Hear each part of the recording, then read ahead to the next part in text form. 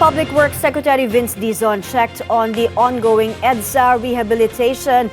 Micah Razon is on the phone. Micah, tell us what happened. During his early morning inspection, DPWH Secretary Vince Dizon first checked the ongoing asphalting at EDSA Estrella to Bonifacio Serrano Avenue, saying that it is part of the government's efforts to rehabilitate EDSA.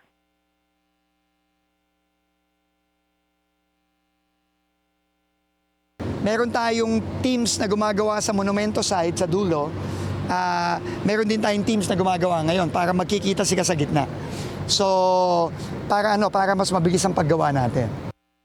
Dizon then proceeded to EDSA Buendia, where he inspected the newly enhanced sidewalk, which has been doubled in width to better accommodate both commuters and bikers. So, siklista, pedestrian, safe na rin. No? So, yan ang gagawin natin sa buong EDSA. Gagapakan natin. Dizon also said that the sidewalk improvements at EDSA Buendia include an upgraded drainage system that is expected to help ease flooding in the area.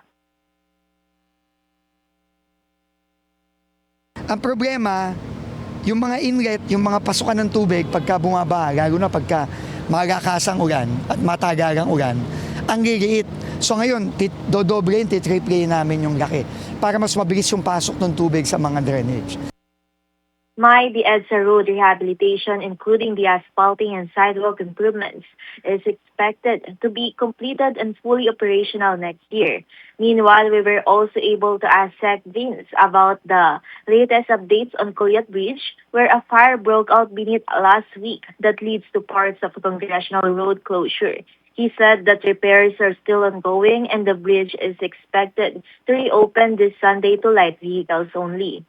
Additionally, we are now here at the MMDA, where just a few hours ago, the viral traffic enforcer who was seen counterflowing along the EDSA busway appeared to answer the MMDA show cause order regarding his violation.